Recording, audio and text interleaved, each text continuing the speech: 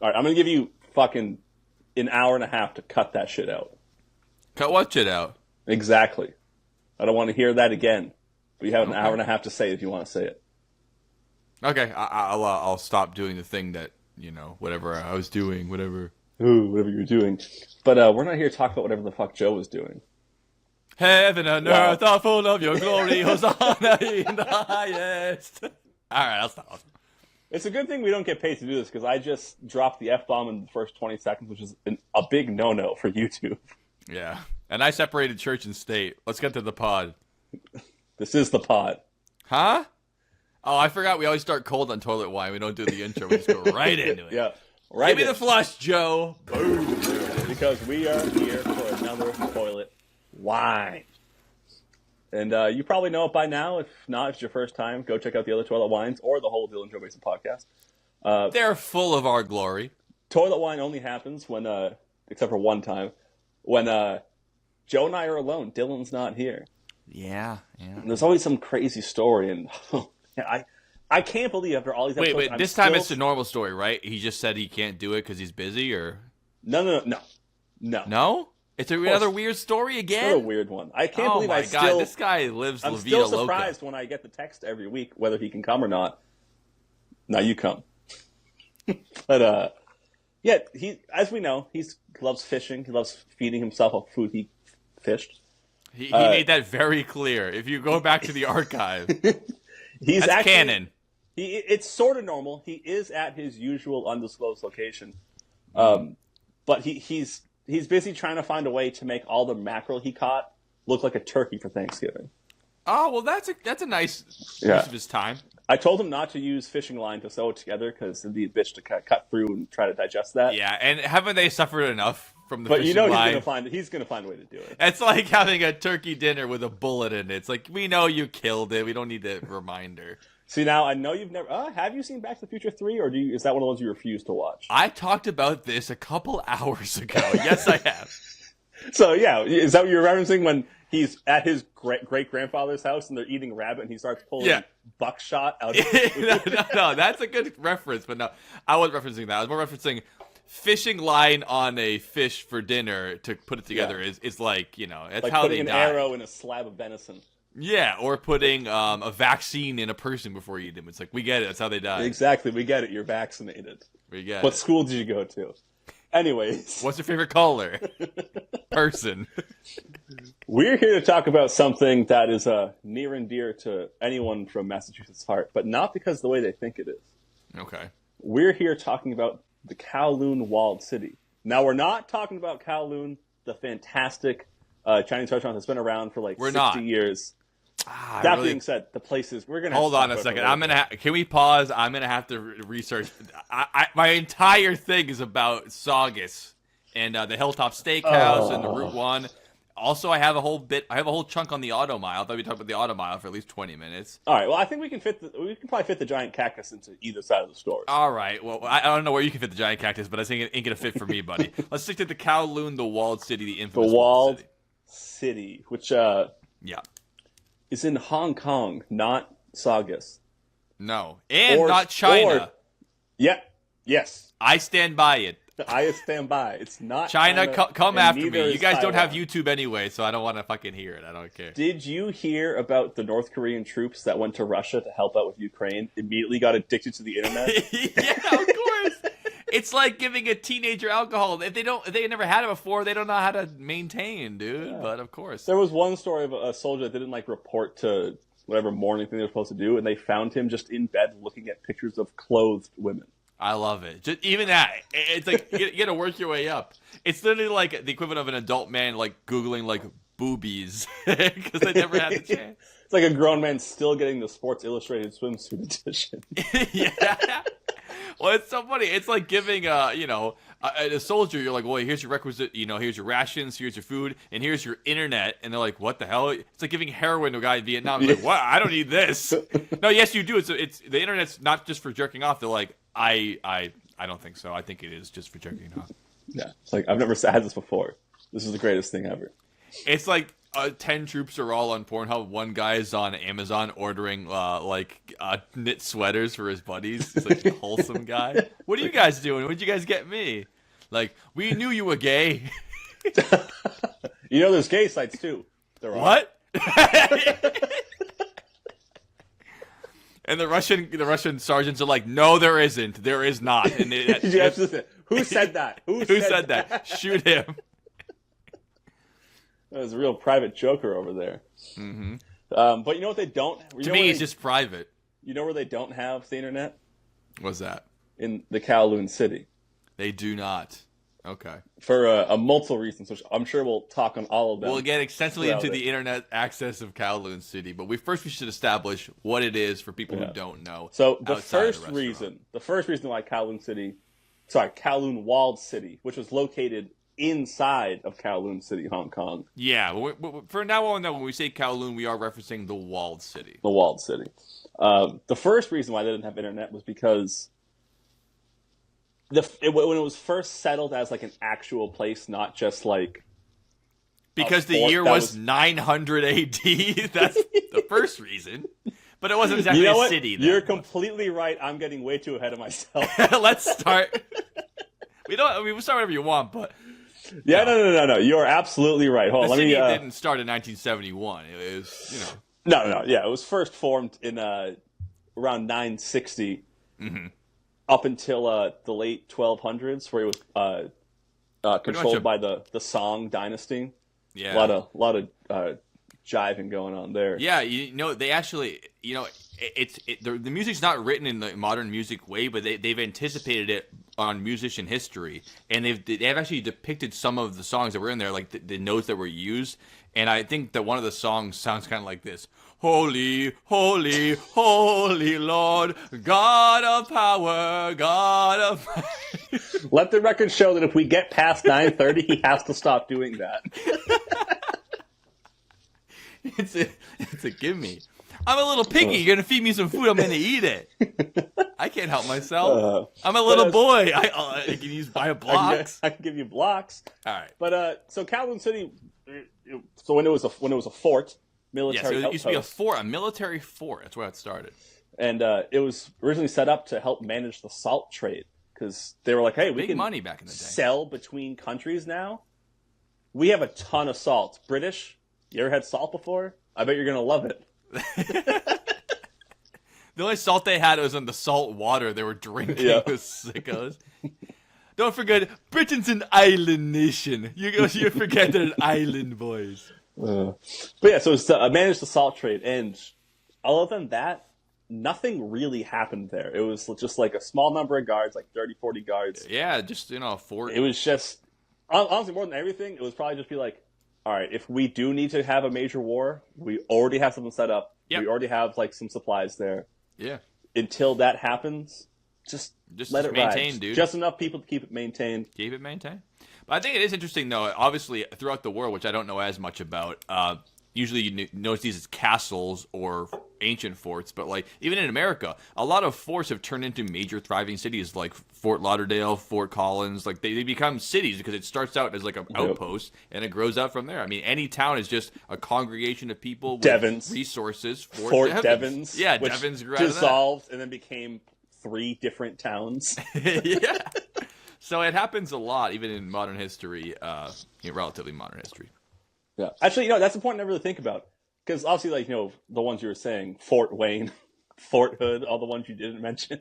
Yeah, the other ones. It's a lot. So I completely forgot what you said.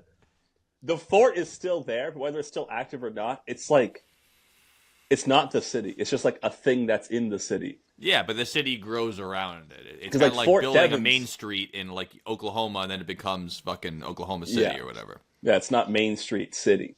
No, it's not. Not like Main Street USA. Fort Devons got split up into 3 different towns and stuff like that. Mm-hmm. There's still an area called Devons. Not a town. It's parts of 3 different towns that are referred to as Devons. That's all it is now. Yeah, I have it on good authority that Devon's gone to heaven. Just another lost soul about to be mine again. That was in my research about Disturbed, which is a story about you. I'm just gonna stop talking. All right. So, and one of the reasons why Kowloon, the fort, before it became a city, kind of really dwindled off was they built a better one on the ocean, not far from there. That's always how it goes. They built a highway through Radiator Springs, and all of a sudden, no one wants to go there anymore. All right, we are now going to take a break and go watch Cars.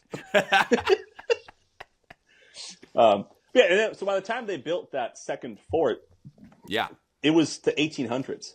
Yeah, so there was like a huge gap from like 1200 to like 1800, where it was like it was there, but like no one really cared anymore. Yeah, if they tried to hold off someone in a potentially almost 1,000-year-old fort, you'd basically just be in a house. It's better than nothing, but it's worse than having a. You're not out in the fort, open, but it's nothing.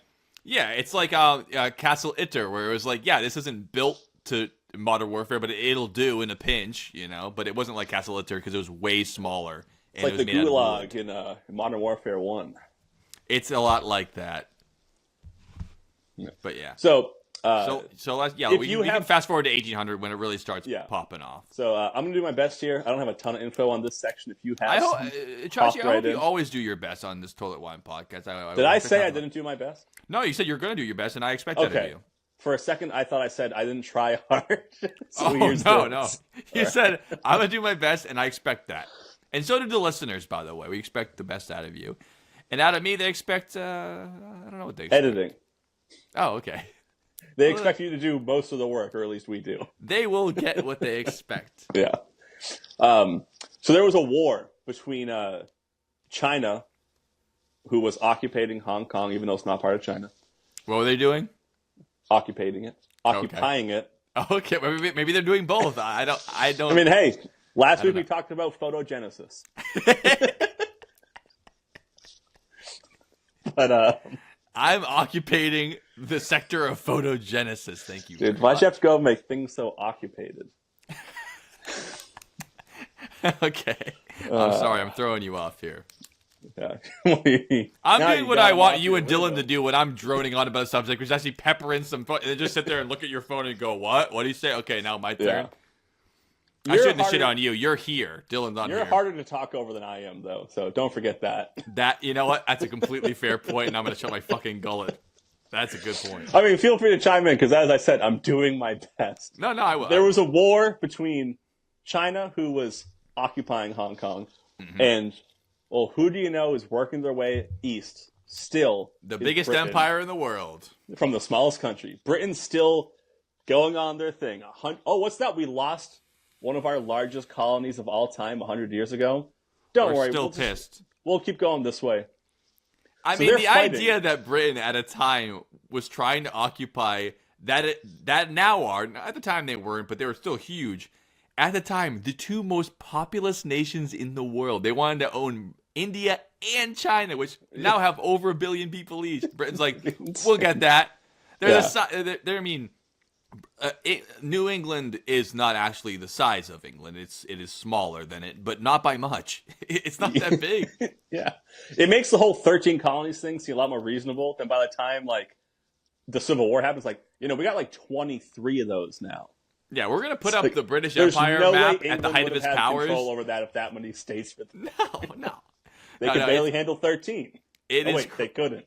Well, even when they had the 13 going, they had Canada. They had, parts of India. They had parts of they had. And they were all at one point they were the United largest. States was owned by Spain, and that really got to them. They didn't like that one bit. They got there first. The Fountain of Youth early on. Look back at that podcast, Fountain of Youth. But yeah, it is crazy that I think that now there's a global economy. It is arguable that empires are actually bigger now than ever. Just because they don't have soldiers in your town doesn't mean they don't still own your ass.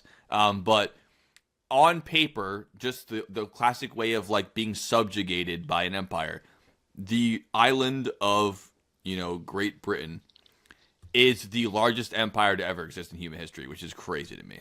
I mean, it really is like probably followed by Rome. Yeah, another a city in Italy. Not even the whole thing. Not even a country. Yeah. It just goes to show you don't have to be that big when you start. You just have to keep making people do what you want. You just said, no. The second largest one is Mongolia, and they didn't even have boats until Watch later. Genghis Khan, great episode. They got it later.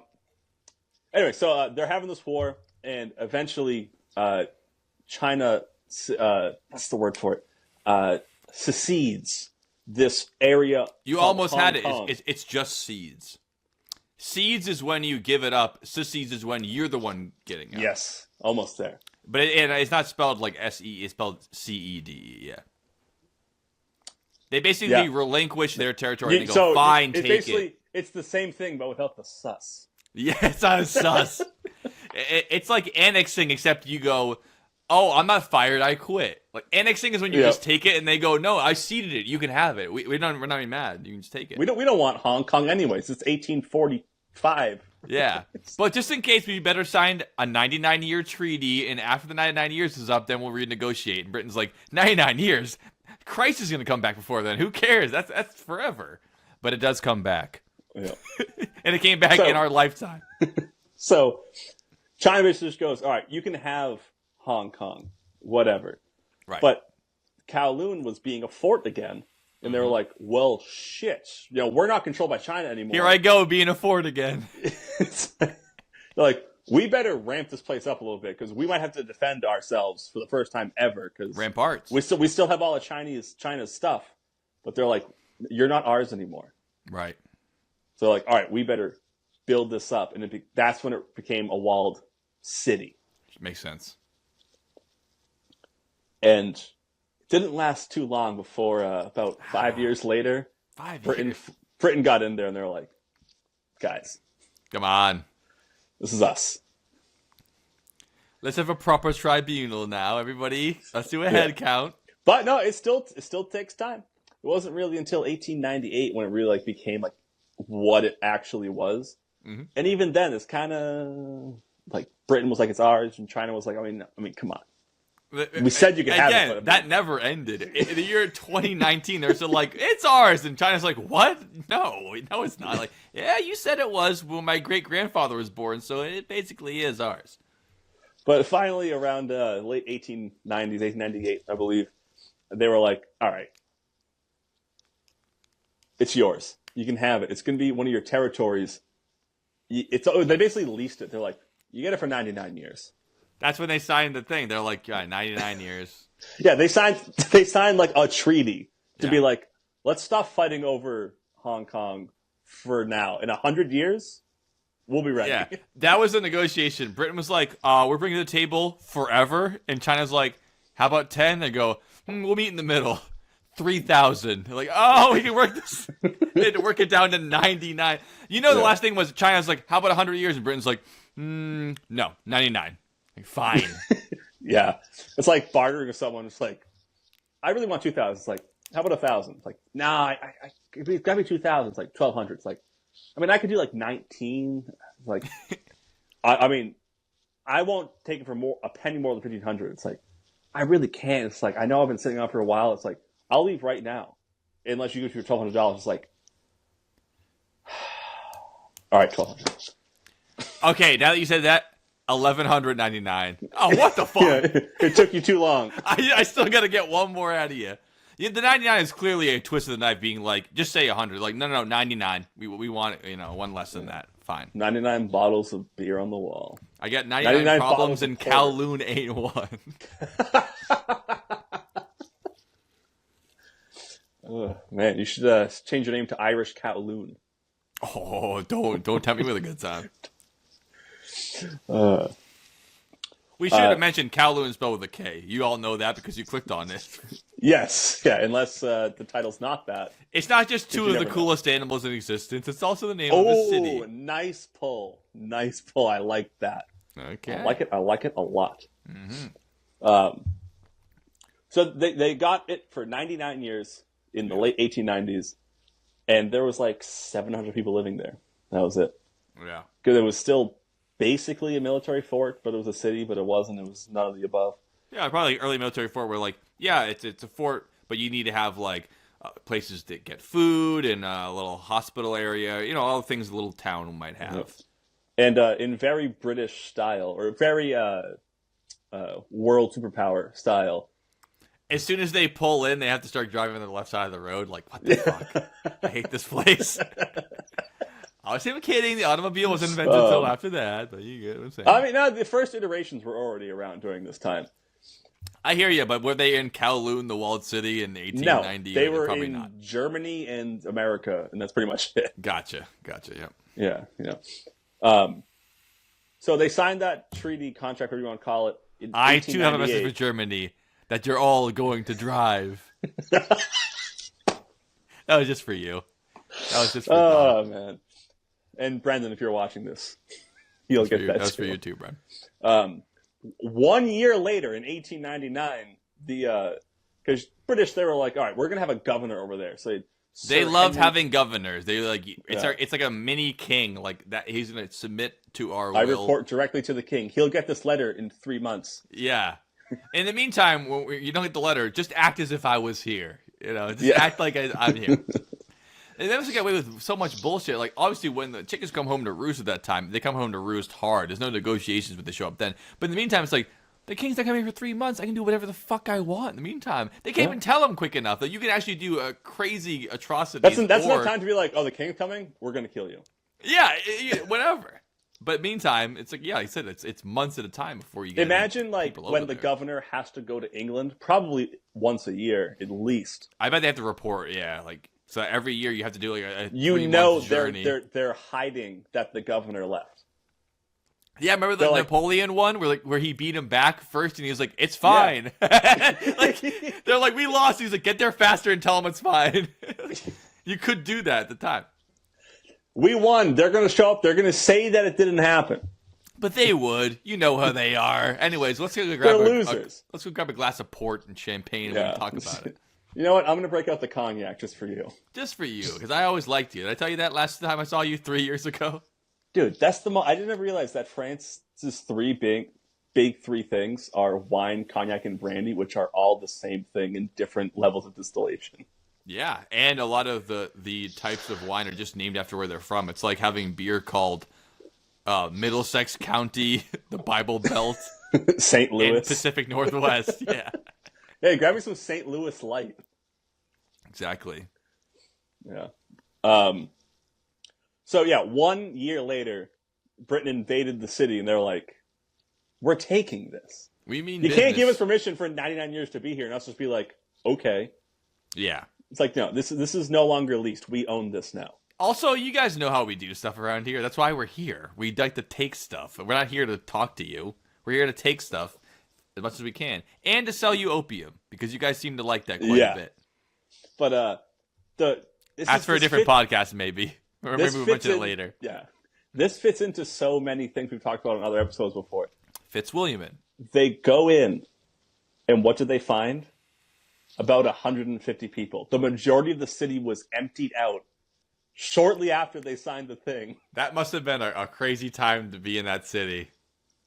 It's like that. You ever had that dream where it's like the end of the world and you're just like the only one walking around and there's like nothing around and you're like, oh wow, this is cool. Probably. I can do whatever I want, but then the striking fear of loneliness strikes you and you're like, oh my god, I'm just here by myself. Is it really a dream to have the whole world to yourself? There's no one to share it with. It's almost like that Twilight Zone when the guy's in the bank vault reading and the bomb goes off and he's the only one alive, but he's happy he can read his books and he steps on his glasses. First one I ever saw. Probably one of the best ones ever made. I had time. I finally had time. And by the time I saw it, I was like, oh, that's from Family Guy and South Park and The Simpsons. Yeah, I definitely saw it after the references. I'm like, that's the thing from that. Yeah. You wake up. It's you. It's you. You have no glasses. Put that commercial back in this episode. Oh, Christ. We're due. So there was almost no one there. There was... So I figured this out. It made so much sense as I figured it out. Because I was reading it and I was like, all right, so there were no soldiers there. Yeah. There was 150 residents, and there was a Mandarin. I was like, oh, I thought Mandarin was like Chinese. That's the language. I thought he was a villain in Iron Man. That shows how much I know. Oh, don't mind if you do. So a Mandarin is actually just like a bureaucratic scholar. Is that right? From like China, and Korea, and Japan and stuff. They're called bureaucratic scholar oranges, and the language of bureaucratic scholar, it seems. So Mandarin Chinese, opposed to traditional Chinese, just going off of common sense here Bureaucratic is scholar simplified Chinese? for people that have to actually write for a living I and not see. just be like, well, this is what it is. Okay, I get That's it. probably Well, that why makes Mandarin's sense. easier to learn than traditional. Yeah, but they don't. I mean, they don't call it traditional Chinese and Mandarin Chinese. They call it Mandarin and Cantonese, which is Cantonese is a different dialect. That's how they changed it to make everything make sense on this flat Earth that they didn't Right. have back then. Right. Well, don't say the flat Earth thing, but I'm on board. Besides that, yeah. Dylan's not here. I don't need to fight against reality in this episode. It's toilet wine.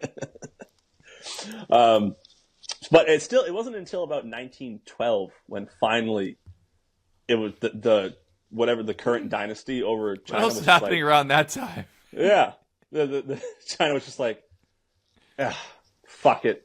All right, yeah, we're not even trying anymore. We're not even a dynasty anymore. I wonder what happened to why the dynasty wasn't around anymore. Yeah, a lot of stuff went down around that time. A lot of people get But shot. that's another podcast. That's for a different podcast when we do our the Great War podcast, also known as World War One, which at the name of the time, very pessimistic. I saw it from David Mitchell. It's like, you didn't name it World War One? That would have been really pessimistic, wouldn't it, to name it World War One when it happened? This is gonna happen again. That's a Family Guy thing too. Obviously not as good, but they're spoofing The Great Gatsby. And with the other rich guy that's fucking Daisy before Buchanan. When they're having their rich off in the hotel, he's like, I heard Gatsby didn't even fight in World War One. And someone goes, wait, World War One? Why'd he call it that? Yeah. Anyways. I want to finish this point, and then we'll do our first commercial here, because I think we got a good setup for where we're going to get into the deep Kowloon. Once it becomes the Kowloon that I know is very much more modern, but I appreciate. Yes. All right, I can finish up the early Kowloon very quickly in that case. Let's do that. So the British got busy, like they do. You got busy. Elastigirl and Mr. Incredible. Got busy. Joke I didn't understand when I was a kid. I was like, what? What do? They form a church. They make an old people's home. And they start making schools. There you go. Fostering community. That's what I call that. Then in 1915, when it was finally recognized on the map, it was called Chinese Town. And I have that picture bookmarked. I'll be up for you now. It has Kowloon, the province, and then Chinese Town, which is funny. And then, granted, the fact that the entire thing is Chinese, but this is the Chinese Town for. Leave it to Britain to be like, well, this little section will be Chinese Town. It's like, what? You're British. No. There's Chinese more of us than you. It's like, yeah, but that's like your little spot. The dentist spot. That's the one you're proud of. That's Chinatown. It's like Harry Potter's little bedroom under the stairs. Like, that's your little space there. It's like, I live here too. It's like, you live there, right? That little area there. See how there's a B on your door? It's because we're 134A. You're 134B. And you know how we step on you? It's more of a metaphor, but we actually physically do step on you as well. We don't want to get arrested, so that's why you're under the stairs. Otherwise, you'd just be on the stairs. We'd like you to reside on the staircase, but we understand that's not legal. Our lawyers has informed us. So, in 1933, Hong Kong, because it's one thing Britain does, especially after the whole American Revolutionary War thing, they're like, yeah, you're your own country. Just we're in charge of you. You can you can do your own stuff. Sure, you're India, whatever you want to call it, whatever, it's fine. Also, India never called themselves India. They're like, yeah, we're this. And you're like, yeah, you're the, India, we call you. Like, okay, that's fine. This is our Columbus. We're calling you Indians now. Yeah. Look at me. You're the Indians now. We were always the Indians. You called the Indians because of us. No. You have brown skin. So there are things that the Britain's like, yeah, we don't need to be the ones to tell you what to do for that. Just fucking figure it out. So in 1933, Hong Kong goes, all right, we're knocking down that city. We do not need that anymore. No. That's done. We get rid of that.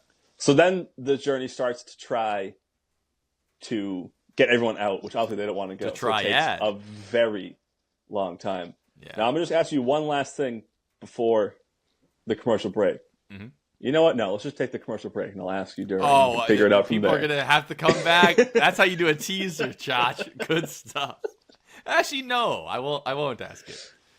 We're gonna see you on the side of the commercial break here at Toilet Wine, when we're gonna get into the walled city, in the proper walled city, mate. The proper walled city, when it gets all crazy and psychotic, and what we're talking about in the episode. This is just an appetizer. Get ready for the entree on this side of Toilet Wine. As you sneeze, your psyche is launched between a hellscape of cosmic horror and the depths of reality. You've lost your mind and who you are as a man, and you forgot to call dibs on the couch. You've now entered the basement. I called dibs on the couch. You don't get the couch, you druggie. Heaven and earth are full of your glory. Hosanna in the highest. Hosanna in the highest. Welcome back to Toilet Wine. We are currently sitting outside of the walled city of Kowloon. The year 1940, 1942, around there. Things are a bit tumultuous at the time, especially in the area of Manchuria, which is, yeah, sure, it's Singapore, but China's going through a lot of rough patches at this point. They've been dominated by the British Empire, tried to regain their independence, and now another little island nation is telling them who's boss again. It's got to be. I get why China's pissed off about this. It ain't fair and it ain't right. But unfortunately, at this period in the history of Kowloon, they still don't have independence. But they'll get it. They'll get it. Not the way you think they were. Dom, where are we at this point? Yeah, so we're at about 1940, where this wonderful new version of Japan, where it was Imperial Japan. Oh, wonderful new version. Very subjective description. It's like an Imperial IPA. It's much more in your face. And I like it. They start their little thing. They're going, you know what, China? We're heading to you. And Hong Kong was like, oh, good, you're going to them? They're like, you're part of China. No, not according to the treaty. Like, we don't care. We do not care. And they took control for about 5 years, because World War II was only, we helped, let's just say that. Yeah. We didn't like Japan at the time, even though Japan was our ally during World War I. World War II, they got a little bit too big for their britches. There was basically two countries that were like, let's just take over the world, and Italy's like, we're here too, and they're like, wrong move. You didn't get anything. You basically were a buffer between Africa and us, so good job with that. Yep. Italy got very, very little done during World War II. Besides, basically they were just fascists, so they're like, I guess we're on this team because we're not democracy. That's fine. Yep. But they were also very quickly to be like, we're with them now. It's like, yeah, because it's either that or you're going to kill all of you. Yeah, that's how it goes. But I think that it's funny that now China is like, look at us, we're an economic power. We have, the most people. I think India just passed them, but we have the most people. It's like, hey, that's not how you win. You always had more people. Britain kicked your ass. Japan kicked your ass. I mean, you got to do the shit right. You can't just have a lot of people. But I think China's onto something now. They're figuring it out. They're like, why would I send a bunch of soldiers out where I can just own your entire real estate of your whole economy? Then you own all the houses. Then you can't live anywhere. So during World War II, I mean, there's no huge stories about Japan owning it. But there's no huge stories of World War II. It's like yada, yada, yada. People got killed. But after Japan surrendered in 1945, China was like, all right, this is our country now. Now we're back in action. And boy, did it start to become what it started to be. Because believe it or not, in the late 1940s, China was having a civil war. So all the refugees were heading down to the Kowloon city. Yeah. So by the time China actually got into there, they're like, we're going to take this. There's 2,000 squatters living in there, just kind of living off themselves. And they were like, yeah, you know what? Why don't you guys just keep doing that? You're still in charge. Well, we're still in charge of you, but yeah, it ain't worth the trouble. Yeah, just stay there. Yeah. And it was like that all the way until 1950 when a fire broke out.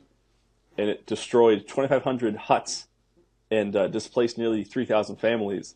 That's a lot. Where they were like, okay, you know what? Here you go, guys. It's time. We're going to give you some money so you can build your town back up. Yeah, let's make it a proper town, mate. Which is why a very common theory is that the fire was set on purpose. Yeah, I like that idea. I mean, I like it. Obviously, it's a tragedy, but because I think like 3,000 people died. It's a crazy fire. It's like a catastrophic. Yeah. It's like a hurricane level city-ending fire. Yeah, it's bad. Because I mean, even now when fires happen, it'll destroy, $1 billion worth of property, and like 20 people will die, and it's a tragedy. But like it was all fire and all wood, and no one got out. A lot of people died. Yeah, it was bad. But yeah, I like the idea where it's like, hey, now we can rebuild it and make it our way. It's interesting to say like it's a good way to clean slate and start from there. And who knows? They could have been planning on having to pay for it themselves, and they were just like, oh shit, China's giving us the stuff. Oh, this is perfect. Light a match, bust the joint out, as they say in the insurance industry.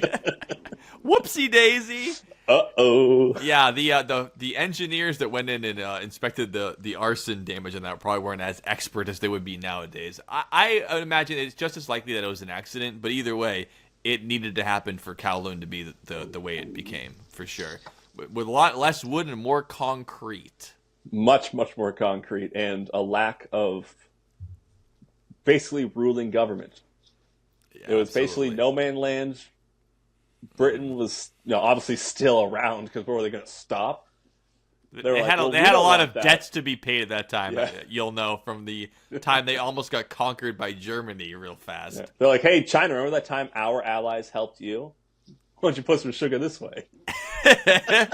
I'll let you have Kowloon for all the tea in China. That's right, all the tea. Actually, I could have said it even better. Hey, you know that colony that rose up against us that helped you guys out? Yeah. How about giving us some? We helped them get there. Okay, and now we're talking. But yeah, they didn't want the city. In China, they were like, we don't fucking want that shithole that burnt down. We gave them money. We're done with it. Yeah, we don't want that. We're not invested in this, So other than like a little bit of Hong Kong police presence. And a little bit of rock and roll. And a little bit of rock and roll. They built this city out of concrete forms. Absolutely. We built this city on concrete forms. Exactly. Oh, real quick, though, one of my favorite parts about the whole British having to lose. I mean, the reason why Hong Kong is the way it is now, or I should say 10 years ago, maybe not now, was that it was basically like independent China, like being like, oh, we're the capitalist democracy of China, basically, like we're the beacon of the Western powers in China. It was not just the fact that like, okay, yeah, Britain owned it for so long. It's also that Britain had to get rid of the shit, and they're like, we're losing. We're not just, we can't control our empire. People are bombing London. We need to like start like calling shit back, and you can't be worried about Kowloon when that shit's happening. Which, to tie it in with Japan, one of my favorite Winston Churchill stories is when Pearl Harbor happened. He woke up and they were like, Prime Minister, Japan's attacked America. And he was like, yes, dude, fuck yeah. We just won the war. And they're like, what? He's like, no, we just won. I'm telling you. They're going to come over here and be pissed. There's so many of them. They have so much money. They're going to win. And he was right. But it was like, what a weird way to react to Pearl Harbor in America. It was like, it's a tragedy. And Winston Churchill was like, it's my birthday. This is awesome. I'm so He's glad. like, you know what? Instead of double scotch in bed, quadruple scotch. Let's do quadruple scotch. This is a big day for me. I'm going to pass out by noon instead of 2 p.m. tonight. Let's go. So yeah, obviously they lost control of that, which means it also, and I said after post-Civil War, post-World War II, I mean, China's in a bad way, and it's a giant country, and now it's a little more unified because of the fact that it's, United Nations, this and that, and it's much more industrial. But at the time, China, until about the 1970s, 80s, was basically a farming nation. It was like a large agricultural nation, much like America was. And even now, there are huge sections of the country that are just farms with no electricity. They're still living. 3/4 of the country is still considered agricultural, and yeah, like I said, maybe less of that, maybe like 2/3 of it is still not in any way technologically advanced. It's just farmland, and also a giant swath of it is camps full of Uyghurs. And yes, Uyghurs is a sect of people in China. They're Islamic Chinese people. It's not. Wow. All right, that's going to be another podcast. I've never heard of that. We're going to have to talk about that one later. Well, I can't get into that, but China's, let's not feel bad for them too much. Join us for our next toilet wine, The Many Stages of Islam. Re-education camps is more like. They didn't learn a lot of lessons. But yeah, so now this Kowloon City, it's building up. I would say it's rebuilding, but as far as the actual story goes, this is it building. Of course, it's existed, but it never existed the way that we know it now. Is building up its own way. It has its own little area here, and they start to get, like I said, get the funds, and they get the people moving in to try to build it up industrially in a way that they start to build mercantile plants, factories. There's always that the basic core of it where it's existed, but really this is where it starts to live in earnest. It's almost like you burn the whole place down or had to rebuild it. It's almost like that. Almost exactly like it. Yeah, it's almost like probably what like an apocalyptic wasteland would actually be like, not what you see in the movies. It would be this. Well, less radiation, definitely, so that helps. Yeah, I mean, it could be a different kind of apocalypse. Sure. Like the Rapture or something. Yeah. So it'd be full of sinners, like it was. Absolutely. So not only do they have this designated area, and much like real estate, which is always the funniest subject to me, where it's like, draw this area on the top of this planet, that's yours. So whatever happens there, it's yours. And they took that very seriously, and they started building up. They go, okay, we can't do out. We're going to build up, but not out. Yep, we're up, but not out. We're not having any troubles here. We're not no. disputes. No sideways shit. We don't want it. So they started building it up, and then this is all those boring things you have to like submit to the town. Where can I add an addition on my house? This is why we have it, because shit like this, they just built straight up. No regulations, not just money and just building up. So super dangerous, crazy, just rebar everywhere, concrete, just packing people in. Because not only did it draw in an economic boom, rebuilding a city is very lucrative. I mean, obviously Japan was in a bad way after World War II, but they became one of the wealthiest nations in the... Yeah, now Nintendo... Well, Nintendo existed before World War II, so bad example. Yeah. Well, no, I'm saying maybe they were the ones that started paying for the cities to be rebuilt. Also, not a bad example. They're a playing card company, and now they have Super Mario, but I get your point for sure. But one of the biggest drivers in the economy is two big drivers. One of them is... Well, probably Tiger Woods, right? Yeah. Probably one of the best drivers in the economy. Oh, my God. Him and Mario Andretti. In golf, driving a car, not great. Terrible driving. Yeah. That's good. He's a good driver, but a terrible driver. Tiger Woods. But no, two big drivers of the economy are killing people, destroying what they own, and the other one is helping them build it back. America's great at that. That's why we own half of the world, because we killed them and then go, okay, now build it back up again. And Japan was a great example of that, and so is Kowloon, where it gets decimated. And then you go, okay, we're going to put money into this, but when you rebuild it, we own part of this now. And that was a big part of Kowloon City, which is that, yeah, there's money in there, and you're trying to rebuild, but then, the more that the rebuild is happening, the more money's flowing, and the more opportunities flowing in, and it starts to get a reputation. Also, because it seems shitty, the less the people that are giving the money want it. Yeah, they're like, fine, dude. They're like, that's what you're doing? Yeah, take it. Whatever. I'm not going to buy a house there. By the way, there's no houses in the way we'd see in America there. It's not like a white picket fence and a 4-bedroom with a yard. Yeah. Cookie cutter neighborhood. The bane of my existence. The reason I have... Are you in a haiku?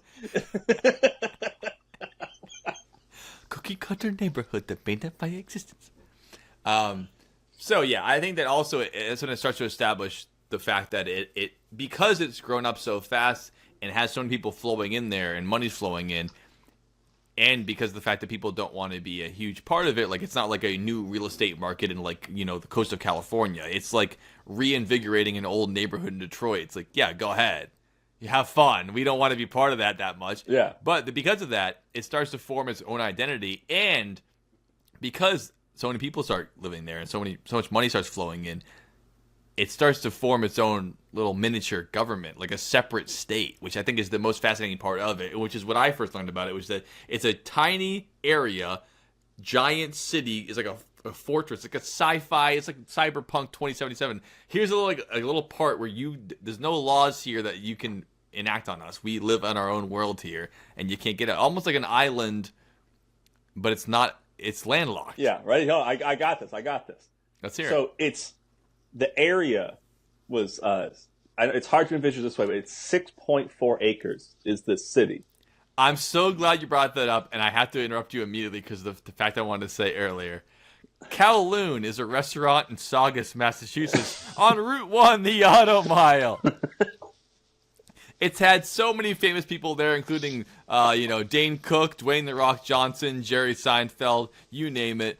I love Kowloon. But the fact that I wanted to say is that the property on the Auto Mile, which is a tight squeeze. I mean, it's a populated area. There's a highway. There's barriers. The property on the market of Kowloon, the restaurant, they own 5 acres. Kowloon, the walled city, is what, 6.5? Yeah. An acre and a half more than what the restaurant owns? Wait till you hear how many people end up living there, folks. I'm just going to set that up for you. Kowloon, let's say you fit 300 people in there at a dining hour during the peak of okay. The property, the parking lot's fucking huge. They have a back outdoor. Yes, exactly. It's not just a restaurant, but it's the whole property with the parking lot and everything else. That's how much property they own. The name of the restaurant, and then the city has an acre and a half more. Well, let's just keep that in mind going forward here. So that's a better comparison than I'm about to do. But for people that don't know the Kowloon, the restaurant, maybe this will make sense to them. Sure. When I researched and when I did the math for this and made my own little example here, I was like, this might not sound that small the way I worded it. So it's 6.4 acres, 6.5, whatever the fuck it is. A football field, like a professional football field, just the grass section, not the stadium, is 0.75 acres. So that means that's actually bigger than I thought. A football field is bigger than I thought. Acres smaller than I thought. I should say that. Yeah. So the size of the city is like 8-ish football fields. That's insane. Again, not including the stands, the seats, the parking lots, just the grass. That's fucking crazy. And at its peak, which we'll get to later, 35,000 people were living there. Insane. Which made it, actually, now we're getting to it now, let's be honest. It made it, at the time, the most populated place on planet Earth. And this is not like, Rome in, the year 700 BC. This is fucking 1975, whatever, 1985 in China. This particular section of Hong Kong, rather, not China, Hong Kong, was the most populated place on planet Earth by humans, which is slightly larger than the real estate market of the Kowloon, the restaurant, the parking lot. Long live that Kowloon. Long may she reign, even though they're about to close down. We'll talk about that later. I don't want to think about that. But so, how it got there was just. It became a place for people to just, escape to. By the time I started building and getting its reputation, it was like, oh, they have their own thing there? It's like the Wild West, but the Wild West is like one town in America. In the middle of another city. Yeah. So naturally, they form a sort of fascinating. Government. It really is like a fictional, sci-fi movie where I'm like, oh, this is like you can't go this part of town. I believe a section of Ghost in the Shell is based off of Kowloon City. It reminds me of cyberpunk futurism and shit. Like, it really is that kind of thing. Especially when we show you some pictures of what it looks like. It looks like crazy. Because they don't care about it doesn't look real. No, it doesn't look real. Especially because it's so modern. There's videos and photos of it. It's not like an ancient weird thing. I mean, not only do they not care about building regulations, human rights when it comes to housing, or resource management. It also has there's a thing called there's some kind of I don't know what you call it, a regulation they have in most cities where it goes, you can't just build up and over somebody. You can't just build a giant. Yeah, we have to be we got to think about everything. Yeah, you can't just take over I own this space, so I'll just grow it out to the side. You can't just block someone's view of the sun and the world. But in Kowloon, they were like, why do we care? It's your place. So they just built straight up, and you'd be on the third floor. Whatever, you're going to build in front of me. Well, someone's going to build in front of you, so it doesn't matter. No, it's just it's all for grabs. But the idea, I get a window. Nice. Yeah, and the window's a wall right in front of you. Yeah. It's bad for the human psyche. I believe that very much. But yeah, just the idea that you could live on the third level, if you want to say, third story of this giant place, and be like, I haven't touched the solid ground and I haven't seen the sun in a week, but I live in a city. It's just crazy that it could be that. Yeah. densely They were packed. literally. It was so high up. That's one. I'll get into that in a second. One of the Sure, I didn't want to get ahead of you, one but the few just trying to zoning paint the things they picture had. of what the fuck's going on in this place. But yeah, In so the there was 80s. so much. It's not. Yeah, there are people that are happened. like 40 that They grew lived up there. Yeah. It's crazy. Technically, at its absolute youngest, someone that is 31 could have been born, like in the city before they Pushed everyone let's not out. spoil it, but yeah. We'll get to that. Yeah. People had jobs there. It was all like self-contained for the most part. So you could wake up on, say, like the 6th level in some part of the city. Right. And it's not all one building, we should be clear, but like basically was, because that's the way that it was developed, where you would cross between levels without touching the street, but it wasn't like a tunnel or like a bridge. It was just like, there were like ladders and alleyways, stuff, there were- alleys. There were stores on the ground floor. Yeah. It's like It reminds me of like fucking Coruscant or something, where like it's all city, so like you never actually touch the ground. You're just like existing in a city. But then you see them walking on the sidewalk later, you're like, well, I guess that does make sense. It's just a fucking place. Yeah. Not everyone can afford to live. Or have Obviously, a the spaceship in higher Star up, the Wars. better. You can see the fucking sun and breathe some air that isn't everyone's But, see, piss I don't and know shit. about that for Kowloon. Do you think the prime real estate there was being there early enough to get something low, so you could get to the ground and walk around and stuff? That's a two-part question, though, because the prime real estate was probably getting there early on the ground floor, as they say in economic standards, both metaphorically and actually. But that's to invest in it. You don't live there. You just have a good spot where it's close to the center. Where I can't remember the actual name. So you're of saying the, every time you build up, you go up to the new spot, so you're always at the top. No, I'm more saying that if you want to live there after it's already developed, the best spot to live is at the top, because then you're on top of shit. You can see the sun, you can breathe the air, all the good stuff.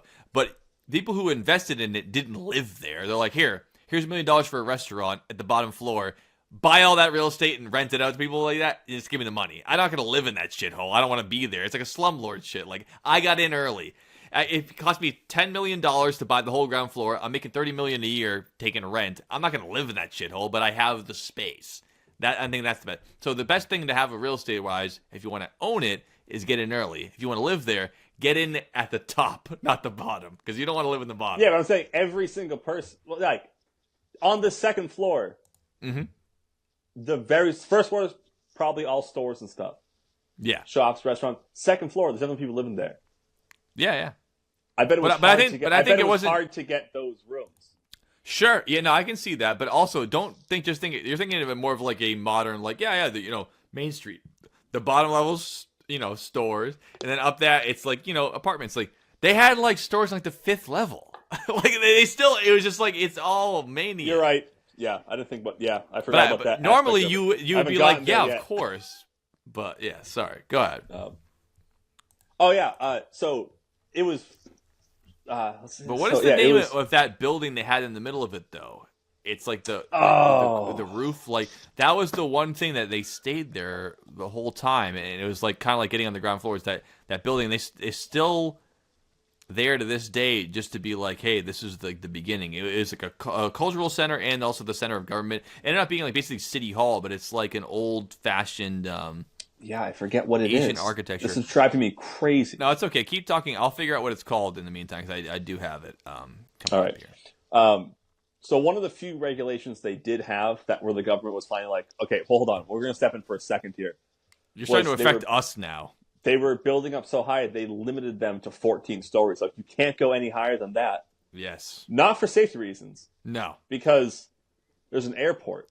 Like, exactly. Right down the street. You can do whatever you want there, but now you're affecting our shit. And the planes can't land because you keep building up and you're fucking already. Our shit So to this, at the time when planes were flying in, they would really have to come by just like the way the flight path was. They would come at like a 45-degree angle to the runway until they got past the city and then finish turning to land on the runway. Yeah, that's tough. That is tough. That's not ideal at all. Again, it just reeks of like. And so many countries now in the modern world are like all these regulations, all this bullshit, and all these like fees. But it's like That's what it takes to make people not be fucking assholes. Because people just build whatever. They don't give a fuck about anyone else.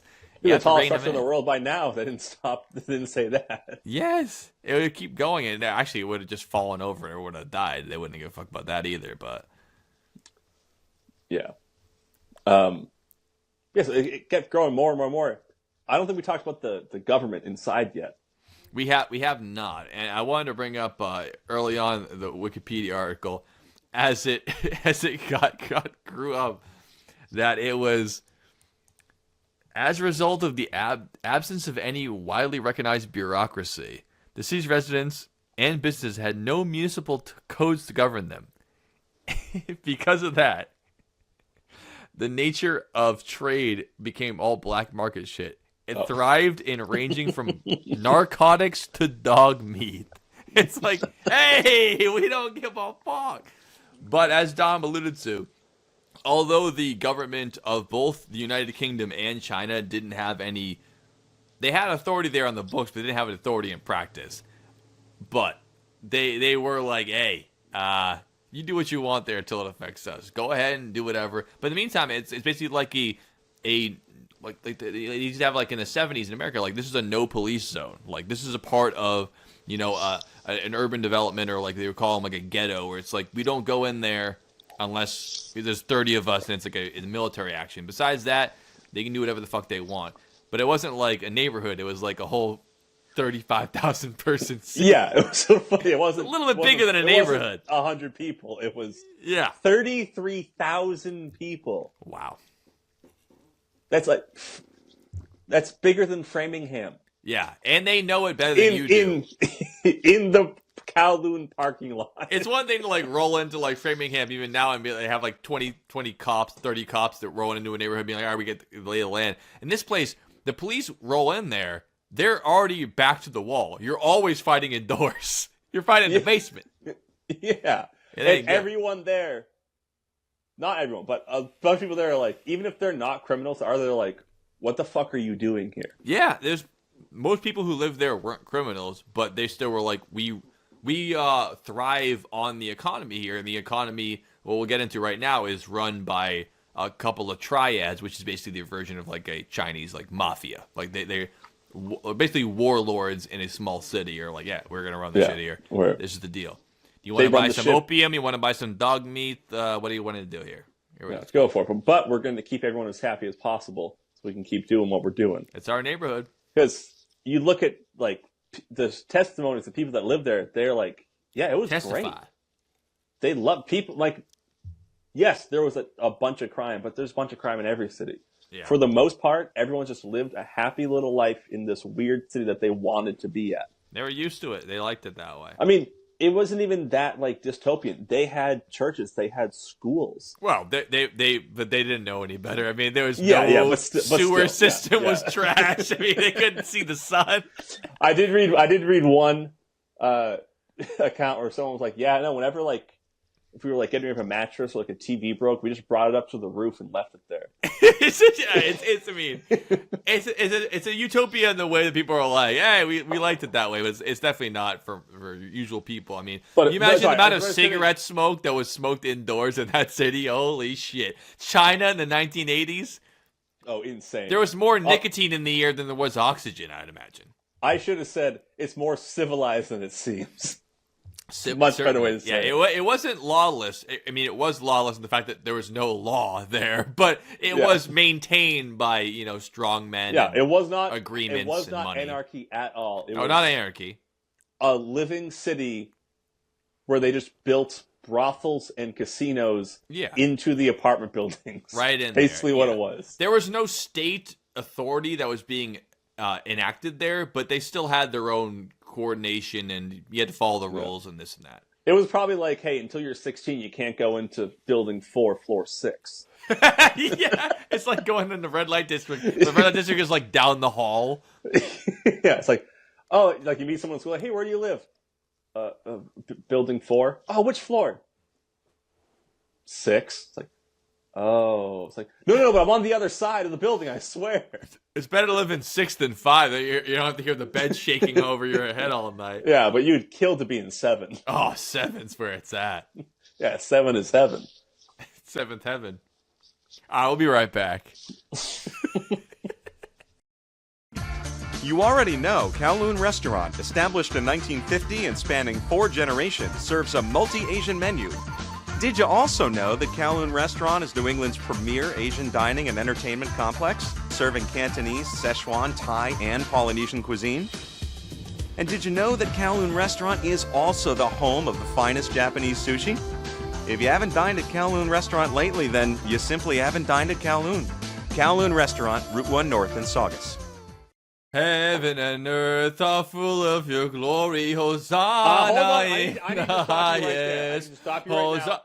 Joseph, it is after 9:30 our time. I gave you an hour and a half. We started at 8 o'clock. Oh, if you no. watch the beginning of the podcast, We were talking for too long you about will editing. see- If you will see at the beginning of the podcast Aw. that I had the intelligence to early on say, if it goes past 9:30, he can't do it, knowing damn well it's going to go past 9:30. Well, if we would have edited it differently, we would have been, you're right. Welcome back to the walled city of Kowloon. We're currently in the 1980s at the height of its powers, or the height of its glory. And they've already instated that you can't build any higher than the 13th floor, maybe 14th floor in specific circumstances. It's at the height of the population. And we've already established that this is a compact, highly populated, at the time, the most densely populated portion of the world by humans. And now we have to talk about how it is today. So how do we get from that moment where it was the most sardine-packed city, basically a couple of city blocks, only 6.4 acres, into what it is now? And we'll start with 1. I'm going to start by talking about, as Joe already said and I said before the commercial break, we set the limit on height. Mm-hmm. That's not the only thing going on, though. It is a legit city. It's legit. You can They check got its water. papers. They have flowing water. I mean, Well, they don't have a sewer system. That's one of the only things that they couldn't do on themselves. I think there was 2 things they had that were not self-sustainable, which is there was 4 water mains going into the city. That I was like, that's, Hong Kong is like, fine, you can have that. Yeah. And there was one other thing. What was it? A sense of pride. No, I don't know what it was. Electricity. Oh, yes. Yeah, that's the other one. Yeah, electricity. The 2 things that you Because have to it's have. a modern city. It's like 1975. And they didn't have their own power plant. It was before solar panels were even a thing in any industrial level. So yeah, they had electrical current flowing in and water flowing in, and no internet. Can you believe that, kids? Wow, it didn't exist yet. No, reason number 500 why they didn't have internet yet in Kowloon City. Another reference to the first segment of the episode. Fans of the first segment will know of that reference. But they did the water interesting, because, it was pumped in. But they would pump it up. They did the water interesting, didn't they? They pumped it up to the top, to these standpipes. Pump it up. And then let everything gravity feed down. Because it's probably easier to just straight current up, no interruption, let it flow down, instead of being like, well, too many people have water on 2. I have no water up on 5. Yeah, no, it makes total sense. Because if you have to, the intricacies of water management and like hydraulics, it's crazy the amount that goes into it. Especially in like major cities. But when you have no control, you can have like the DPW of Hong Kong and be like, I was gonna fix something real quick. They're like, I'll kill you. Like, you just gotta all right, it's all gonna go down like a big waterfall. You guys figure it out. It'll flow constantly, all the time. And there was mentioned there might have been some wells. That's cute. Where are the wells? It's full of piss. Yeah. You need the water Also, coming from outside. You're not going to water 30,000 people with a couple wells. No, you're you need not. thousands of gallons a day. Oh, my God. But That reminds me of that guy who was a water diviner. You ever heard of divination? The bullshit thing? The watering rods, and then you turn them and then they find it. You hear that story of that guy? I think his name was Michael Mickles, where he was out in Arizona and he was walking around doing the divination thing. It's like, yeah, good luck. You're in the middle of a desert, and he ended up finding multiple sources of water, and it was like, oh, maybe divination works. And they were like, oh, how many did you end up finding? He's like, oh, I found 3. We should form this town around it. And they're like, well, you're basically a hero for us. We have to build a town around this. Is there anything you have to say for yourself? And he goes, well.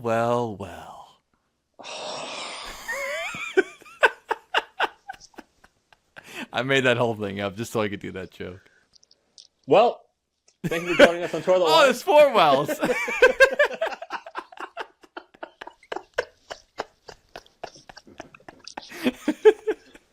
Oh, jeez, David Wells, calm down over there. Oh, wow. Anyways,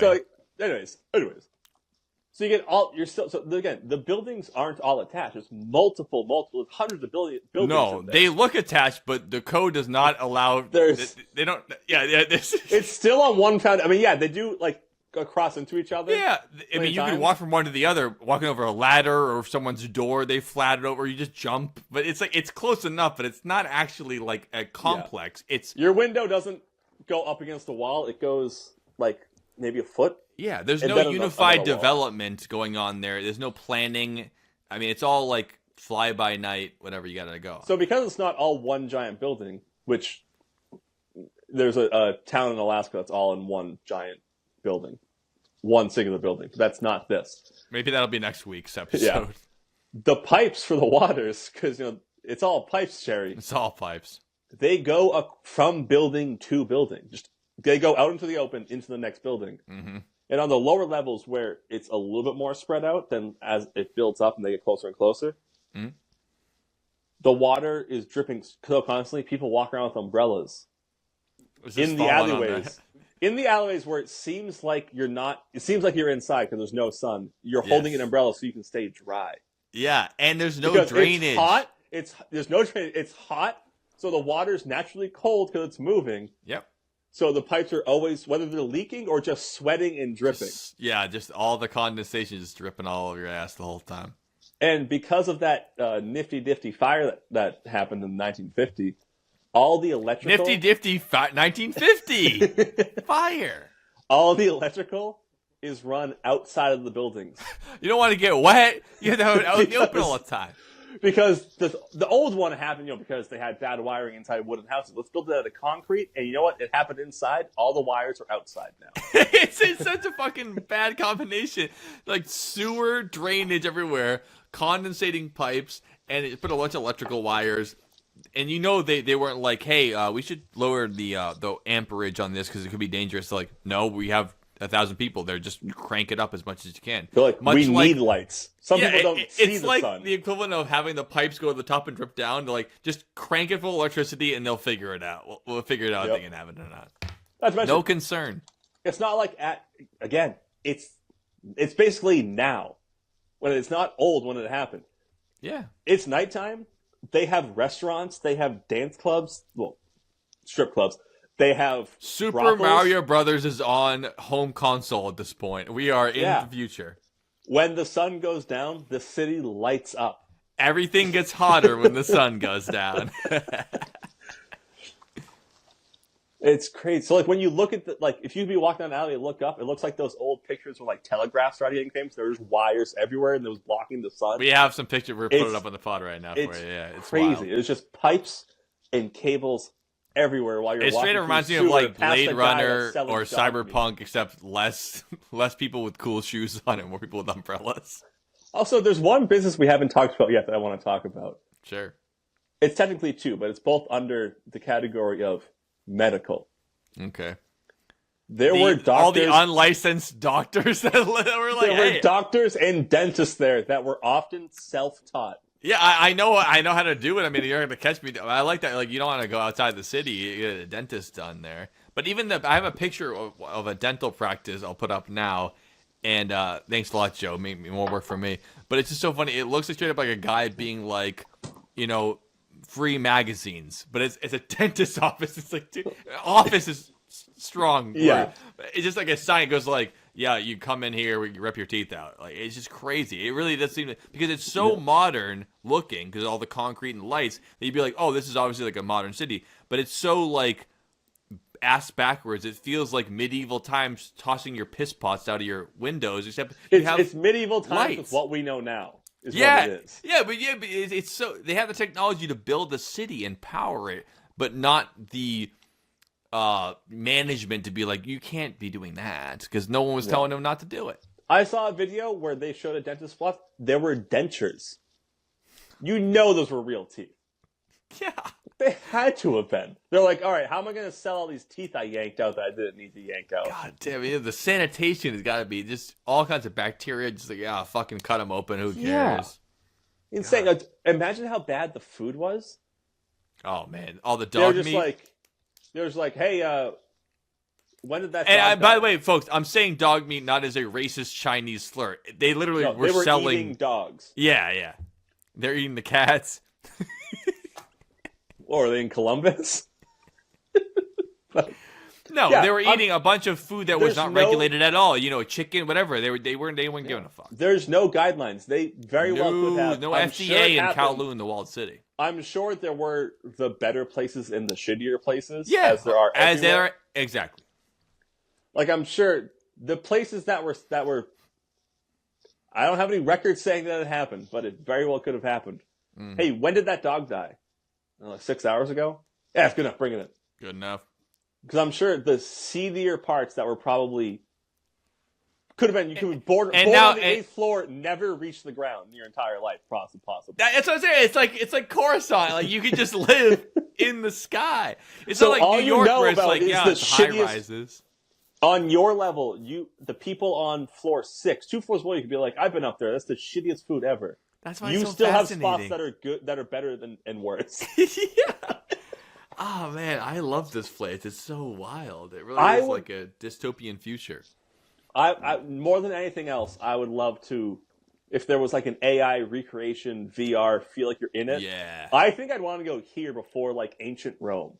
I think it would be cool to see in VR, but in real life, where I couldn't just unplug, I would not want to go there. Because the idea of being trapped in a walled apartment complex that is like 30,000 people deep, I would freak out. It'd be like the Raid Redemption. Have you ever seen that movie where like it's like you're stuck? Yeah. The Raid Redemption is a movie, I believe it's set in... You believe it's a movie?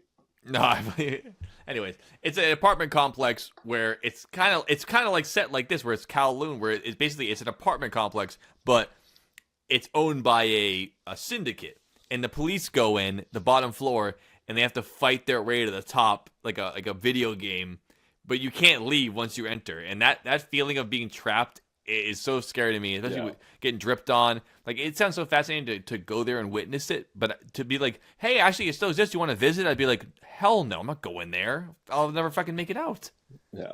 That's true. If I was there, definitely the first thing, say I was on like the 4th floor, my first thought would be like, what if there's a fire and the places where there were There's no fire escapes. There's no trains out of there. I mean, even if people, no disaster, just some guy goes, I don't want you to leave this floor. So now I have to fight another man to get out of this room I'm in. Like, the whole thing is so cramped and fucking crazy. Yeah. Like, there's a fire. And you're like, oh, shit, I need to get out of here. The couple places where there were stairs, not ladders, it was single file. That'll be easy in an emergency. Let me jump out this window, and you just smack your face, and 95% of your body is still in the room. The good thing is, if you jump out a window, you probably won't hit the ground, but you're not going to feel great. You're not going to fall that far, but you're not getting anywhere. What a place. What a place. What a place. And also, yes, there was, of course, a lot of, gangs, triads, drug sale, drug production. A lot of the money flowing through there had to do with illicit substances, things like that. And, of course, the Hong Kong government was like, we can't have any of that. What are you going to do about it? Well, we don't like it. Like, they weren't really stopping it happening.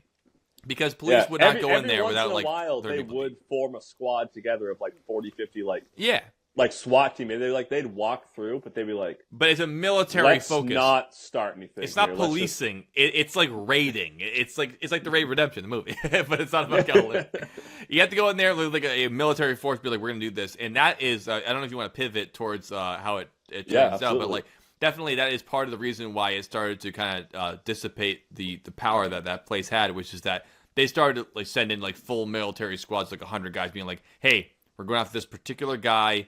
We need to shut down this drug ring or XYZ. And much like the RICO cases in America during the 60s and 70s, if you do start taking around the heads of any snake, they will die out. And this city lived on the money flowing in and out of it. So if you have all the most powerful people that aren't there anymore, it's the city of the people, but not really. There's still people running shit, and even though they weren't government officials, as soon as they started taking out different triad heads, it started to be like, well, where's the money here? It's falling apart, kind of thing. Yeah.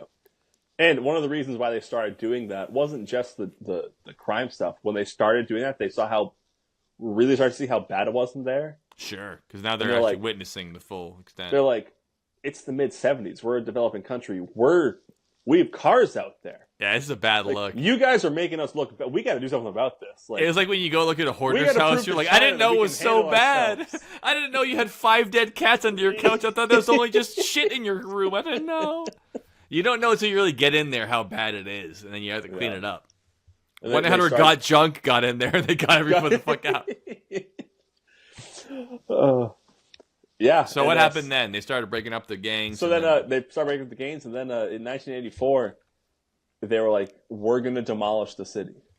Yeah, we started over once, we can do it again, because it ain't like this. And also, we're not going to build it up like the way it is now, because, like I said, it's a modern, but yeah, again, this isn't China doing this. I mean, it is China. I mean, I don't want to get in any lists on the Red Square over there in China. They have a Red Square too, but it's it's more like Hong Kong is the more westernized version of what China is, which is like being a British territory for so long, and even today they want independence from China. They won't have it. They shall not have it. The 99 years is up, and your time is out. Xi Jinping will have you. But basically, they're like, we can't. Yeah, it's just a bad look. Like, we're not directly benefiting. Once it becomes the guy sleeping on your lawn doesn't matter unless your wife's family comes over. You're like, okay, I gotta get them out of here now. And I think that's part of what it was. Like, we need to start revamping what Hong Kong is. And Hong Kong is an amazing place. One of the richest. Talk about square acres. Hong Kong is one of the richest territories by square mile in the world because of things like this, like China. And they have the best city name ever of Bangkok. That's Thailand. That's what I said. I said Thailand. Okay, but anyway. Damn it. See how confident I was for that, though? I appreciate your confidence. And I almost, if I wasn't such a shithead, I would have let you get away with that. But, yep. But yeah, so there you go. They fucking went all out, and yeah, they cleaned the shit up. And like Dom said, they were like, well, what are you going to do? Like, we're going to redo all the pipes? They have the DPW down there being like, everyone just stay here. They're all on top of each other. The only thing you can do is be like, we're plowing the whole thing over. But also, you can't be like, we're going to demolish the whole place. It's, you can kick one hoarder out of the house. You can't kick an entire community out overnight. That's a great point, because if a DPW went in and was like, all right, we're fixing the plumbing on floor 10, that means 10 to 1 get nothing. Yeah, what do you do then? Just wait here's some water bottles before plastic water bottles were a thing. Yeah. Yeah, no, what you had to do is just be like, just start over. And how do you get them to start over? You can't kick people out of their house. I mean, you can, but it's a bad. If you want to try, if you're trying to increase your image by cleaning it up, you can't just make 35,000 people homeless in 1 week. So they had to figure something out. And before they figured, well, I'm sure they went into this knowing what they were going to do. They're not dumb enough to be like, let's just go for it. And when they ask for something, we'll figure it out. They waited 100 years. They're like, let's actually plan this shit if we're going to go in there. So the final decision that they were going to demo it is, they're knocking out basically their leaders, who are the crime lords. Yeah. But there's still people that are like, all right, well, I guess now I'm the one who has to take care of this. So there's still a little bit of a government in there. And there's also community leaders that are wealthy but don't have any crime ties. Like, they're like, oh, I run the restaurant, or I run the laundromat, or whatever. So the two governments, Hong Kong and whatever was in charge of Kowloon City at the time, they were collectively like, all right, yeah, you're right. The best thing to do now is to just take it down. We gotta This is not fixable. You're right. This has been fun for a while, but it's time, and we gotta fucking do it. So they had to. So that was in 1987 when it was finally like, all right. That's so like, there's people that were like friends with them, like relatively our age, and like, yeah, I was alive that time. Like, wipe the whole city out. Fucking done. But yeah, they did have an idea to be like, well, we have to pay these people because we can just kick them right out. so they had like some kind of like government stipend program to like kind of help the transitionary process. Much like if a neighborhood is like condemned by like toxic, chemicals, whatever, they go, oh, we're gonna pay you, we're gonna buy your house or whatever they have to do to get you out of there. But this is a lot bigger than that because it's getting an entire city's worth of people out. City to move. Yeah, and a lot of people have only known that, and they're not very inclined to leave. So that's a tough putt. And so what they did is they were like, okay, whatever you want. I'm kidding. They were like, you're still getting out. You're not getting paid either, bitch. Get out. They did hand out. Yeah, not everyone got paid. The people that I'm sure the stragglers by the time I think a lot of people did get paid. They got paid. I'm sure they lowballed them, but they did get paid. Oh yeah. But the people who stayed there, don't worry. The people who stayed and they had to get dragged out, they didn't get the checks. They got nothing. I'm sure it was probably the first 3 or 4 years worth of people got money. After that, probably why are you still here? Yeah. Imagine there had to have been one person. Dude, he chained himself to the tree, but the tree was like a fucking brothel sign. Yeah. He's like, I'm not leaving. Hold on, I'll save that note for when we get towards where the actual destruction starts. But they did hand out for the Hong Kong dollar. I don't know what it's actually called. It's called the Hong Collar. It was $2.7 billion, which today is like 350 US million. That's a lot of money, but not for a whole city. It's for 33,000 people. Yeah, that's not that much. That means you're using only 340 million to buy 33,000 people new homes. Yes. Well, because you're not really paying them for new homes, right? You're paying them to get the fuck out. You're not buying their property and reselling it. You're I'm just giving you money to get out because if I don't do that, it looks bad on us because we're still not China. We're trying not to be China.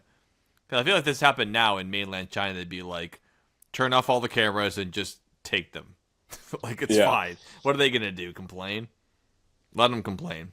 Complaining is illegal in China. You're not allowed to do that. You're legally not allowed to ask me that. And it took a while before they finally got to demo it. Yeah. Do you know what year that happened, Joe? 1993? 1993. Yeah. So when they finally got born. the last people out. I still existed when this was still going on, when they were trying to kick the rest of their people out. Yeah. It is a little funny. What a game of hide and seek that is, right? You ever been somewhere where it's like after hours? The walled city. Who do we have still here? There's 20 people left. How do we find them? Marco! You're leading me right into what I was about to talk about. Okay, well then you go ahead. But the idea of how do you find the rest of them before you kill them? It's such a big place. Yeah. I literally, about 2 minutes ago when I said, hold on, I'll save it till later and I'm going to write it down. Yeah, We're already there. I don't know why I said that. Yeah, no, we're there. We're good. I just thought of it during that time. There's no way that they were, whether they wanted to or not, they're not capable of searching the entire city to make sure that every single person's out. You couldn't. Someone must have got killed. Definitely were finding bodies as they were cleaning up rubble. Yeah. You can't find them all. Especially if they don't want to be found. They're slinking away. It's like killing every single, bed bug. Okay, that's just sounding bad. Yeah, but it's just bad. You don't know all the little details. They could hide anywhere. And if people don't want to be found in a walled city where it literally, it's not even like, oh yeah, there's 10 blocks here, just search every house. It's like, you don't even know, there's probably closets that are the size of a fucking meat locker you don't even know about. This place is amazing and crazy, and it's made like the mystery house. You'll never find anybody. If they don't want to be found, they won't be found. I just found a nice line. I'm glad I kept this page open. Some residents were not satisfied with the compensation and were forcibly evicted between November of 91 and July of 92. But there's still no way they got everybody. No. Yeah, forcibly evicted. And also, it's like the negotiation between the British government and China. It's like, oh, you don't want to take the money? Well, guess what? 99 years of you being a bitch now. Yep. Yeah, I mean, obviously, this is a tragedy, honestly, I think. It's not... Yeah. It's basically like a natural disaster. It had to happen because it's awful living conditions and it was only going to get worse. And at some point... And it would have happened eventually anyways. There was going to be another... Not maybe a fire, but there was going to be another cataclysm where there was going to be a massive loss of life and it would have been preventable. But the way that you have to do that is by making people into basically refugees in their own home, which is sad. Yeah. You got to get out, though. It's a failed state. Even though it's a little tiny, we call it a city. It's like a block in New York. It's bigger than this place that we're talking about. Yeah, and probably has less people. No, it definitely has less people. Yeah. Legally, it has to because it's inhumane to have that many people there. It's now the early '90s, almost mid '90s. This is an established world Clinton's here. in office. We're on top of the world. Saxophones have never been cooler. And they'll never be cooler again. And they're not like, all right, we need to just take it down as fast as possible. Like, we need to take the city down. We got to, like, make sure we do this right. Also, let's not forget, folks, in the meantime, an entire city's been built around it. We'll show you the pictures. It's not just like, oh, here's one little city in a valley you get destroyed. There's houses right 5 feet away from the edge of the city that are going to be demolished. So you can't just knock the whole thing over. Yeah. So it took a full year to demolish the city. Makes sense. You're telling me there aren't people that are living in one building that see the excavators knocking down 2 buildings away? They're like, all right, tomorrow I move over 1 building. Yeah, exactly. There must have been. And but imagine living right next to the city and just you're like 1 block away. You're like, you get to watch the destruction of an entire city just being like, ooh, look at that. They're taking down the whole thing. Like every day of your life, you go home from work and you're like, oh, there it goes. Another skyscraper's going down today. Must have been wild to watch. Dude, that happened up in Lowell one time when I was when my friend was going to UMass Lowell. Yeah. Where his apartment was, where it was like one of the duplex things. He was on the bottom floor. Yeah. He was the 3rd house on the street. Excuse me. One time we got there, drive up the little tiny. It's like a one-way street. We drive up, 1, 2, 3. We park in the lot. We go in. We drink all night long. We wake up like 9 in the morning. Go out to get breakfast. The first building on the street, it's not there. Damn. We slept through the demolition of them taking it down. That must have been a trip. You're like, where'd it go? Even I was like, Jeff, and he was like, yeah, that was definitely here yesterday. I definitely was here. That's crazy. Now. So that so Joe, what did a whole entire city? That times an entire city. Instead of 3 people being confused, it was 33,000 people being confused. When I was a kid, there's only 9 people confused, and now there's 90. So, Joe, what did they do after they finished demolishing that city? Well, they're like, 1 more round. Let's try it again. Now better let's pipes. Use metal. Same idea. All metal and more drugs and more prostitutes. Dude, that's the city version of like Bronze Age, Iron Age, or Stone Age, Bronze Age. It's like wood, stone, steel. yeah. It's time for steel building. This time it's fine. No, they decided to basically the equivalent of being like, this area has been populated for so long and so useful, but this can never happen again. This is over. So they decided to make it into a park, a public park with greenery and the whole thing, which must have taken a lot of effort to put into it. But now you can still go especially there since today. The walls are still there. Yeah, that's a good point. But yeah, now you can still see it, and there's still a monument to the place. It shows the central building, which I'm going to kill myself because the whole episode I'm trying to look at what it's called. It's not called the Yamato, but it's basically like the major like city hall structure in the middle of it. So that's there, and then besides that, it's just all the it's greenery. It looks beautiful, but in the picture I'm showing now, you can see how close it is to the city around it. It's not like, go down 495 and find the city that used to exist. It's like if Alston didn't exist anymore next to Boston. It's right there. It's part of it. Like, no, that's a park now. But yeah, I think they did the right thing with it. Unfortunately, people had to suffer for it. But it's like the experiment failed. I mean, it's what it looks like to have modernization happen without any kind of regulations or kind of human rights things. It just kind of like lives on itself, and that's what reminds me so much of a dystopian future, where it's just like, what if people got on their own, but they had the modern technology we have now? They can just go nuts with it. They're still connected to the outside world, but they do what they did. So I don't know. I'm glad it's there. Do you want to continue from there? Yeah, I mean, it's cool. I mean, it's now, crazy because this is what I would want to see. I don't want to be trapped in the city. I want to see that place now. It looks so small as a city. As a park, you're like, looks like a lot of space because no buildings there. Now, the Sure. park is a little bit bigger. It's 7.7 acres, so it's Okay. a little more than an acre. I'm sure bigger, it's a big park. but A big park is still. a small fucking city. Yeah, Especially that's with crazy. 30+ thousand people living in it and no And it's- sunlight. Yeah, and it is. But again, it still kind of fits the same. It fits It's William not in. cyberpunk, but it's still. They didn't take everything away. They just made it a park. There's still like remnants of buildings, and Yeah. that main, like you were saying, that main building's still there. Yep. There The is walls. Yep. pieces of just like ornate rubble. Just Which like, they but should now there's leave there grass because around it. they shouldn't ignore. Like, it would be a tragedy even more so if they wiped out all evidence of it ever existing. Like, people should know this used to be the walled city, but now it's an enjoyable recreational area. Which probably added to how long it took to take it down because they were like, well, where are we going to leave? Because we're not getting rid of it. Yeah, no, I hear that. It's like cleaning up your apartment and you leave one George Foreman grill behind just to let someone know you were there. Yeah, like a broken dryer and a few TVs and a can of paint. Whatever you gotta do to be like it used to exist, whether or not it was good. The future keeps rolling. Yeah. And so now, you can only visit Kowloon 2 ways now. Unfortunately, you can go to the space, the recreational park space that was there. There's a monument to it. You can ask people about it. There's literature. It's not exactly a museum, but it's kind of They like have going to a national like park. some of the pillars from like one of the gates that led into the city. There's still. some left behind. And the other way is to go to Route 1 on the Auto Mile in Saugus to Kowloon because it's only open for one more year because the people who owned it, they gave it up and they sold it to their kids, and their kids sold it to make condos.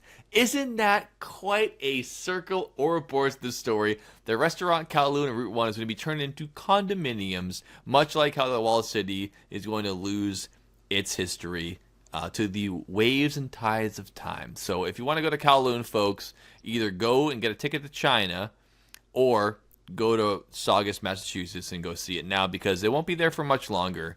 And soon... I know which it'll one I'd be- rather go to.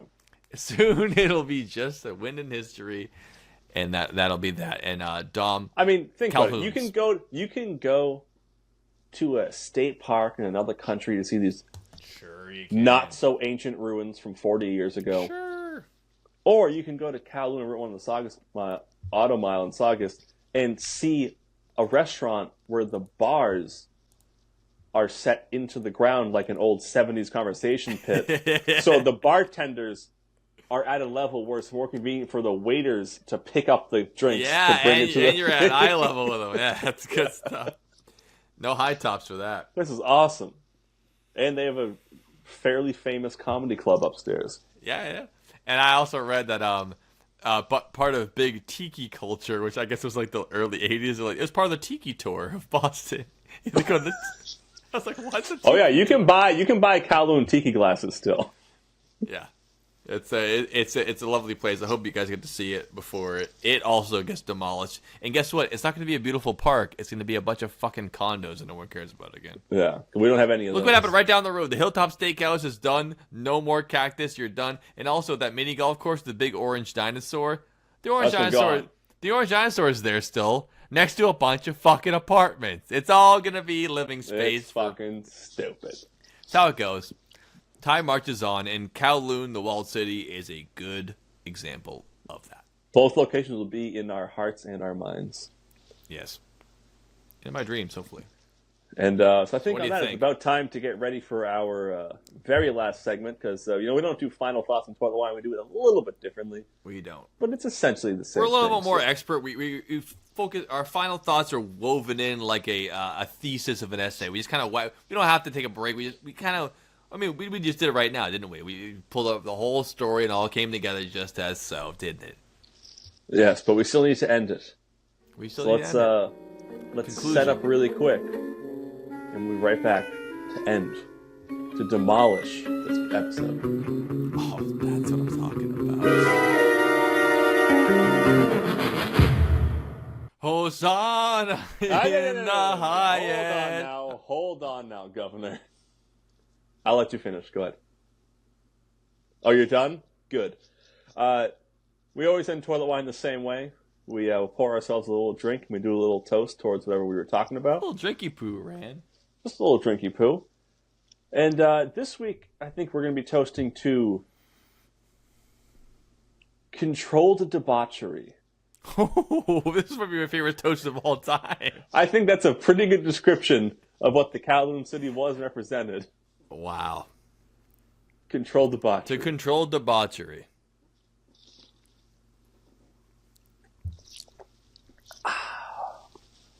Good googly moogly. And with that, thank you for drinking our toilet wine. Heaven and earth are full of your glory. Hosanna in the highest. Hosanna in the highest. Yes.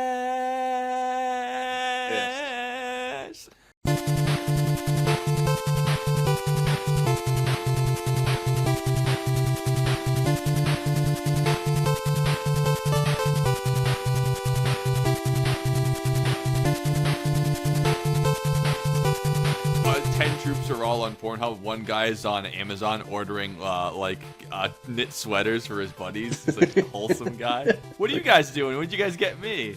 Like, we knew you were gay. You know, there's gay sites too. There are. What? And the Russian sergeants are like, no, there isn't. There is not. And who said that? Who said that? Shoot him. Is there anything you have to say for yourself? And he goes, well, well, well.